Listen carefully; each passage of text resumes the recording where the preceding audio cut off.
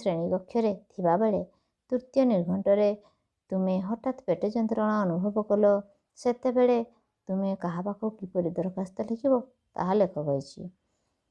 ଦେଖ ପ୍ରଥମେ କ'ଣ ଲେଖିବା? ମାନନୀୟ ଶ୍ରୀଯୁକ୍ତ ଶୂଳିଆପଦା ଉଚ୍ଚ ବିଦ୍ୟାଳୟର ପ୍ରଧାନ ଶିକ୍ଷକ ମହୋଦୟ, ଶ୍ରେଣୀ ଶିକ୍ଷକଙ୍କ ଜରିଆରେ। ତାପରେ ଲେଖ ବିଷୟ, ସାମୟିକ ଛୁଟି ମଞ୍ଜୁର ନିମନ୍ତେ ପ୍ରାର୍ଥନା। ମହାଶୟ, ନିବେଦନର କାରଣ ଏହିକି ଯେ ମୁଁ ଆପଣଙ୍କ ବିଦ୍ୟାଳୟର ନବମ ଶ୍ରେଣୀର ଜଣେ ଛାତ୍ର ବା ଛାତ୍ରୀ ହେଇଥିଲେ ଛାତ୍ରୀ ଲେଖିବ। ଆଜି ଆମର ତୃତୀୟ ନିର୍ଘଣ୍ଟରେ ବିଜ୍ଞାନ ପଢ଼ା ଚାଲିଥିବା ବେଳେ ମୁଁ ମୋ ପେଟରେ ଭୀଷଣ ଯନ୍ତ୍ରଣା ଅନୁଭବ କଲି। ପେଟରେ ଯନ୍ତ୍ରଣା ବୃଦ୍ଧି ହେତୁ ମୁଁ ଆଉ ପରବର୍ତ୍ତୀ ନିର୍ଘଣ୍ଟରେ ଶ୍ରେଣୀ ଗୃହରେ ଉପସ୍ଥିତ ରହି ଶିକ୍ଷା ଗ୍ରହଣ କରିବାକୁ ଅସମର୍ଥ। ଏଣୁ ବିନୀତ ଭାବରେ ଆପଣଙ୍କୁ ଅନୁରୋଧ କରେ କି ଆପଣ ଅନୁଗ୍ରହ ପୂର୍ବକ ଆଜି ଚତୁର୍ଥ ନିର୍ଘଣ୍ଟରୁ ସପ୍ତମ ନିର୍ଘଣ୍ଟ ପର୍ଯ୍ୟନ୍ତ ମୋତେ ଛୁଟି ମଞ୍ଜୁର କଲେ ମୁଁ ଆପଣଙ୍କ ନିକଟରେ ଚିରକୃତଜ୍ଞ ହୋଇ ରହିବି। ଆପଣଙ୍କ ଆଜ୍ଞାଧୀନ ଛାତ୍ର ବା ଛାତ୍ରୀ। ତଳେ ନାମ ଲେଖିଦେବ। ରୀମା ଦାସ। ଏଠି ତାରିଖ ଲେଖିଦେବ। ଆଜିକାର ତାରିଖ ଦେଇଦେବ। ଯେଦିନ ଲେଖିବ ସେଦିନକା ତାରିଖ ଦେବ। ତଳେ ଶ୍ରେଣୀ ଶିକ୍ଷକଙ୍କ ସ୍ୱାକ୍ଷର ରହିବ। ତାପରେ ଡାହାଣ ପଟେ ରହିବ ଶ୍ରେଣୀ ନବମ ରୋଲ ନମ୍ବର 1। ତାପରେ 2 ନମ୍ବର ଦେଖ କ'ଣ ଅଛି? ଆଗକୁ ପିଲାମାନଙ୍କର ପରୀକ୍ଷା ରହିଛି। ଦ୍ୱିତୀୟରେ ଗରମ ଦିନ। ତୁମ ଅଞ୍ଚଳରେ ଏ ସମୟରେ ଘନ ଘନ ବିଜୁଳି କାଟ ହେଉଛି। ଏହାର ପ୍ରତିକାର ନିମିତ୍ତ ବିଦ୍ୟୁତ ବିଭାଗର ନିର୍ବାହୀ ଯନ୍ତ୍ରୀଙ୍କ ପାଖକୁ ଦରଖାସ୍ତ ଲେଖ। କ'ଣ ଲେଖିବ? ମାନନୀୟ ଶ୍ରୀଯୁକ୍ତ ବିଦ୍ୟୁତ ବିଭାଗୀୟ ନିର୍ବାହୀ ଯନ୍ତ୍ରୀ, ଜଗତସିଂହପୁର। ବିଷୟ, ଘନ ଘନ ବିଦ୍ୟୁତ କାଟ ରୋକିବା ନିମନ୍ତେ ନିବେଦନ। ତାପରେ କ'ଣ ଲେଖିବା ନା ମହାଶୟ, ନିବେଦନର ଅଭିପ୍ରାୟ ଏହିକି ଯେ ଆମ୍ଭେ ଶୂଳିଆପଦା ଗ୍ରାମର ଅଧିବାସୀମାନେ ଆପଣଙ୍କ ଅବଗତି ନିମନ୍ତେ ଜଣାଉଅଛୁ କି ଆମ୍ଭ ଗ୍ରାମରେ ପ୍ରାୟ 1 ମାସରୁ ଊର୍ଦ୍ଧ୍ୱ ହୋଇଯିବ ଅଘୋଷିତ ଭାବରେ ଘନ ଘନ ବିଦ୍ୟୁତ କାଟ ହେଉଛି। ମୁଣ୍ଡ ଉପରେ ପ୍ରାୟ ସବୁ ପିଲାଙ୍କର ପରୀକ୍ଷା। ବିଶେଷ କରି ଦଶମ ଶ୍ରେଣୀ ପରୀକ୍ଷା ପାଇଁ ପ୍ରସ୍ତୁତ ହେଉଥିବା ପିଲାମାନେ ବେଶୀ ଅସୁବିଧା ଭୋଗ କରୁଛନ୍ତି। ପ୍ରଚଣ୍ଡ ଖରା ସାଙ୍ଗକୁ ଅସହ୍ୟ ଗୁଳୁଗୁଳି, ତା ସାଙ୍ଗରେ ବିଦ୍ୟୁତ ବିଭାଗର ବାରମ୍ବାର ବିଦ୍ୟୁତ କାଟ, ସନ୍ଧ୍ୟାରେ ଓ ରାତିରେ ମଶାଙ୍କ ଉପଦ୍ରବ, ପିଲାମାନେ ପାଠ ପଢ଼ିବେ କେମିତି? ଏଣୁ ଆପଣଙ୍କୁ ବିନୀତ ଅନୁରୋଧ କରୁ କି ଆପଣ ଦୟାପୂର୍ବକ ଆମ୍ଭର ଏହି ଆବେଦନପତ୍ରର ଗୁରୁତ୍ୱକୁ ଉପଲବ୍ଧି କରି ଆମ ଅଞ୍ଚଳରେ ଘନ ଘନ ବିଦ୍ୟୁତ କାଟକୁ ରୋକିବା ଦିଗରେ ବିହିତ ପଦକ୍ଷେପ ଗ୍ରହଣ କଲେ ଆମ୍ଭେମାନେ ଉପକୃତ ହେବୁ। ବାଁ ପଟେ ଗ୍ରାମର ନାମ ଲେଖି ଦିଆଯିବ। ତଳେ ତାରିଖ। ଡାହାଣ ପଟେ ଆପଣଙ୍କ ସେବାମୁଗ୍ଧ ଶୂଳିଆପଦା ଗ୍ରାମର ଅଧିବାସୀ ବୃନ୍ଦ 4-5 ଜଣଙ୍କର ନାମ ଦେଇ ଦିଆଯିବ। ତାପରେ 3 ନମ୍ବର ଦେଖ। ଗ୍ରାମାଞ୍ଚଳ ରାସ୍ତାଘାଟର ଉନ୍ନତି ନିମିତ୍ତ ସରକାର ପ୍ରଚୁର ଅର୍ଥ ଦେଉଛନ୍ତି, କିନ୍ତୁ ତୁମ ଗ୍ରାମକୁ ଆସିଥିବା ରାସ୍ତା ମରାମତି ଅର୍ଥର ଉପଯୁକ୍ତ ବିନିଯୋଗ ନ ହୋଇ ନିମ୍ନମାନର କାମ ହୋଇଛି। ତାର ପ୍ରତିବାଦ ଜଣାଇ ଗୋଷ୍ଠୀ ଉନ୍ନୟନ ଅଧିକାରୀଙ୍କୁ ପତ୍ର ଲେଖ କହିଛି। କ'ଣ ଲେଖିବା? ମାନନୀୟ ଶ୍ରୀଯୁକ୍ତ ଗୋଷ୍ଠୀ ଉନ୍ନୟନ ଅଧିକାରୀ ବାରିପଦା। ବିଷୟ, ନିମ୍ନମାନର ରାସ୍ତା କାମର ତଦାରଖ ନିମନ୍ତେ ନିବେଦନ। ମହାଶୟ, ନିବେଦନର ଅଭିପ୍ରାୟ ଏହିକି ଯେ ଆମ୍ଭେ ନିମ୍ନ ସ୍ୱାକ୍ଷରକାରୀଗଣ ଆପଣଙ୍କ ଉନ୍ନୟନ ମଣ୍ଡଳର ଧୂଳିଆପାଲି ଗ୍ରାମର ଅଧିବାସୀ ବୃନ୍ଦ ଆପଣଙ୍କ ନିକଟରେ ଆମ୍ଭ ଗ୍ରାମ ରାସ୍ତାର ଉନ୍ନୟନ ନିମନ୍ତେ ନିବେଦନ କରୁଛୁ।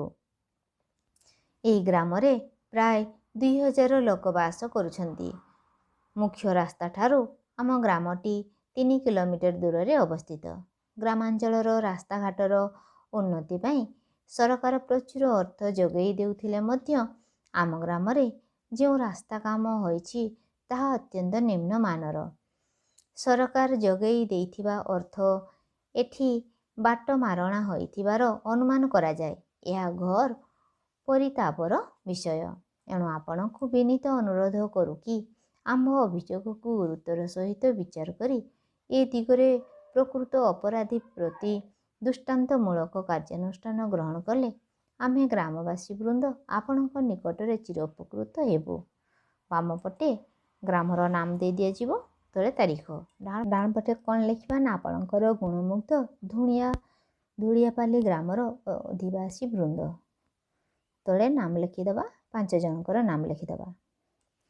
4 ନମ୍ବର, ବହି କିଣିବା ପାଇଁ ପୁସ୍ତକ ବିକ୍ରେତାଙ୍କ ନିକଟକୁ ପତ୍ର ଲେଖାଯାଇଛି। କ'ଣ ଲେଖିବା? ମାନନୀୟ ଶ୍ରୀଯୁକ୍ତ ସରସ୍ୱତୀ ପୁସ୍ତକାଳୟର ବିକ୍ରେତା ମହୋଦୟ, ବିଷୟ ପୁସ୍ତକ କ୍ରୟ ନିମନ୍ତେ ଅନୁରୋଧ।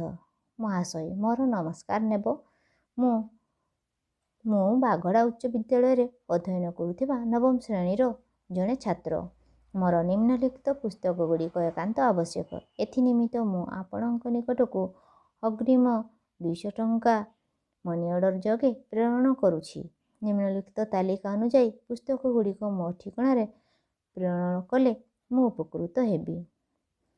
ଏଠି ଗ୍ରାମର ନାମ ଦେଇ ଦିଆଯିବ, ଡାହାଣ ପଟେ ଆପଣଙ୍କର ବିଶ୍ୱସ୍ତ, ତାପରେ ପୁସ୍ତକର ତାଲିକା ଦେଇଦେବା। ତା ତଳକୁ ଦେଖ କେମିତି ଠିକଣାଟା ଲେଖିବା। ଏପଟେ ବାମକୁ ରହିଲା ପ୍ରେରକ, ଡାହାଣକୁ ରହିବ ପ୍ରାପକ। ପ୍ରେରକରେ ଅଭିଷେକ ସାମନ୍ତ ସିଂହା, କ'ଣ ବାଘଡ଼ା ଉଚ୍ଚ ବିଦ୍ୟାଳୟ, ପୋଷ୍ଟ ଅଫିସ୍ ବାଘଡ଼ା, ଜିଲ୍ଲା ମୟୂରଭଞ୍ଜ। ପ୍ରାରକ ଏଠି ଦେଇଦେବା ପୁସ୍ତକ ବିକ୍ରେତା ସରସ୍ୱତୀ ପୁସ୍ତକାଳୟ, ମାଷ୍ଟର କ୍ୟାଣ୍ଟିନ୍ ଭୁବନେଶ୍ୱର ବା ଖୋର୍ଦ୍ଧା। 5 ନମ୍ବର କ'ଣ ଅଛି? ମ୍ୟାଟ୍ରିକ୍ ପରୀକ୍ଷା ପରେ କୁକୁଡ଼ା ଚାଷ କରିବା ପାଇଁ ତୁମେ ମନସ୍ଥ କରିଛ। ସେହି ଉଦ୍ଦେଶ୍ୟରେ ଋଣ ପ୍ରଦାନ କରିବା ପାଇଁ ବ୍ୟାଙ୍କ ମ୍ୟାନେଜରଙ୍କୁ ପତ୍ର ଲେଖ। କ'ଣ ଲେଖିବା? ମାନନୀୟ ଶ୍ରୀଯୁକ୍ତ ବ୍ରାଞ୍ଚ ମ୍ୟାନେଜର, ନୀଳାଚଳ ଗ୍ରାମ୍ୟ ବ୍ୟାଙ୍କ, ପୋଖରୀପୁଟ, ଭୁବନେଶ୍ୱର, ବିଷୟ କୁକୁଡ଼ା ଚାଷ ନିମନ୍ତେ ଋଣ ପାଇଁ ନିବେଦନ। ମହାଶୟ, ମୁଁ ସୁନ୍ଦରପଦା ଗ୍ରାମରେ ବାସ କରୁଥିବା ଜଣେ ଛାତ୍ର। ମୁଁ ଚଳିତ ବର୍ଷ ମାଟ୍ରିକ ପରୀକ୍ଷା ଦେଇଛି। ମୋ ବାପା ଜଣେ ଗରିବ ଶ୍ରେଣୀର ଲୋକ ହୋଇଥିବାରୁ ମୁଁ ଆଉ ଅଧିକ ପାଠ ନ ପଢ଼ି ସ୍ୱାବଲମ୍ବୀ ହେବାକୁ ନିଷ୍ପତ୍ତି ନେଇଛି। ଏଥିପାଇଁ ଆପଣଙ୍କ ବ୍ୟାଙ୍କରୁ କିଛି ଋଣ ଆଣି କୁକୁଡ଼ା ଚାଷ କରି ବାପାଙ୍କୁ ଆର୍ଥିକ ସହାୟତା ଯୋଗାଇ ଦେବାକୁ ମୁଁ ମନସ୍ଥ କରିଛି। ଏଣୁ ଆପଣଙ୍କୁ ବିନମ୍ର ନିବେଦନ କରୁଛି କି ମୋର ଏହି ନିବେଦନ ପତ୍ରର ଗୁରୁତ୍ୱ ଉପଲବ୍ଧି କରି ଆପଣ ଆପଣଙ୍କ ବ୍ୟାଙ୍କରୁ ମୋତେ କିଛି ଋଣ ପ୍ରଦାନ କଲେ ମୁଁ ଆପଣଙ୍କ ପାଖରେ ଚିରକୃତଜ୍ଞ ରହିବି। ସୁନ୍ଦରପଦା, ତାରିଖ, ଡାହାଣ ପଟେ ଆପଣଙ୍କର ବିଶ୍ୱସ୍ତ, ନାମ ଦେଇଦେବ ଧରଣୀଧର ନାଥ। 6 ନମ୍ବର, ମାଟ୍ରିକ ପରେ ତୁମେ ଯେଉଁ କଲେଜରେ ପଢ଼ିବାକୁ ଚାହୁଁଛ ସେଠାରୁ ଫର୍ମ ମଗାଇବା ପାଇଁ ଅଧ୍ୟକ୍ଷଙ୍କୁ ପତ୍ର ଲେଖ। କ'ଣ ଲେଖିବା? ମାନନୀୟ ଶ୍ରୀଯୁକ୍ତ ଅଧ୍ୟକ୍ଷା ମହୋଦୟା, ରମାଦେବୀ ସ୍ୱୟଂଶାସିତ ମହିଳା ମହାବିଦ୍ୟାଳୟ, ଭୁବନେଶ୍ୱର। ମହାଶୟା, ମୋର ନମସ୍କାର ଗ୍ରହଣ କରିବେ। ମୁଁ କେନ୍ଦ୍ରାପଡ଼ା ବାଳିକା ଉଚ୍ଚ ବିଦ୍ୟାଳୟରେ ଅଧ୍ୟୟନ କରୁଥିବା ଜଣେ ଛାତ୍ରୀ। ମୁଁ ଚଳିତ ବର୍ଷ ମାଟ୍ରିକ ପରୀକ୍ଷା ଦେଇଅଛି। ପରୀକ୍ଷା ଫଳ ପ୍ରକାଶିତ ହେବା ପରେ ମୁଁ ଆପଣଙ୍କ କଲେଜରେ ଯୁକ୍ତ 2 ଶ୍ରେଣୀରେ ନାମ ଲେଖାଇବାକୁ ଚାହୁଁଅଛି। ଏଣୁ ମୋର ବିନୀତ ଅନୁରୋଧ ଏହିକି ଅନୁଗ୍ରହପୂର୍ବକ ଆପଣ ମୋର ନିମ୍ନଲିଖିତ ଠିକଣାରେ ଆପଣଙ୍କ କଲେଜର ଫର୍ମଟିଏ ମୋ ନିକଟକୁ ଡାକ ଯୋଗେ ପ୍ରେରଣ କଲେ ମୁଁ ଆପଣଙ୍କ ନିକଟରେ ଚିରକୃତଜ୍ଞ ରହିବି। ଆପଣଙ୍କର ବିଶ୍ୱସ୍ତା ସାଗର ନଳିନୀ ଦାସ। ଏପଟେ ବାମ ପଟେ କେନ୍ଦ୍ରାପଡ଼ା, ଡେଟ୍ ଏପଟେ ଦେଇଦେବା। ମୋ ଠିକଣା ଜାଗାରେ ନିଜ ଠିକଣା ଦେଇଦେବା ଠିକ୍। 7 ନମ୍ବର, ନଳକୂପ ଖନନ କାର୍ଯ୍ୟ ତ୍ୱରାନ୍ୱିତ କରିବା ପାଇଁ ଜିଲ୍ଲାପାଳଙ୍କ ତରଫରୁ ଗୋଷ୍ଠୀ ଉନ୍ନୟନ ଅଧିକାରୀଙ୍କୁ ପତ୍ର ଲେଖ। କ'ଣ ଲେଖିବା? ଜିଲ୍ଲାପାଳ କୋରାପୁଟ, ପତ୍ରାଙ୍କ 276/2023। ଏପଟେ ଲେଖିଦେବା ତାରିଖ। ପ୍ରାପ୍ତେଷୁ ଗୋଷ୍ଠୀ ଉନ୍ନୟନ ଅଧିକାରୀ ପୂଜାରୀ ପୁଟ, ବିଷୟ ନଳକୂପ ଖନନ କାର୍ଯ୍ୟ ତ୍ୱରାନ୍ୱିତ କରିବା ସମ୍ପଦରେ ଲେଖିବା। ଏଠି ନଳକୂପ ଖନନ କାର୍ଯ୍ୟ ତ୍ୱରାନ୍ୱିତ କରିବା ସମ୍ପଦରେ ବ୍ରେକେଟ୍ ଶେଷ କରିବା। ମହାଶୟ, ଓଡ଼ିଶା ସରକାରଙ୍କ ସ୍ୱଚ୍ଛଳ ଧାରା ଯୋଜନାରେ ଆପଣଙ୍କ ଅଞ୍ଚଳରେ ନଳକୂପ ଖନନ ପାଇଁ ଆପଣଙ୍କୁ ମାର୍ଚ୍ଚ 2020 ସୁଦ୍ଧା ସମସ୍ତ କାର୍ଯ୍ୟ ଶେଷ କରିବାକୁ ଜିଲ୍ଲାପାଳଙ୍କ କାର୍ଯ୍ୟାଳୟରୁ ନିର୍ଦ୍ଦେଶ ଦିଆଯାଇଥିଲା। କିନ୍ତୁ ନିର୍ଦ୍ଧାରିତ ସମୟ ଭିତରେ ଆପଣ କାର୍ଯ୍ୟ ଶେଷ କରିପାରି ନଥିବାର ଖବର ଆମର ହସ୍ତଗତ ହୋଇଛି।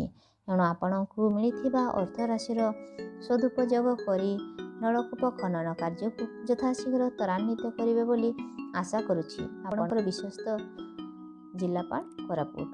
ଆଜି ପାଇଁ ଏତିକି। ନେକ୍ସଟ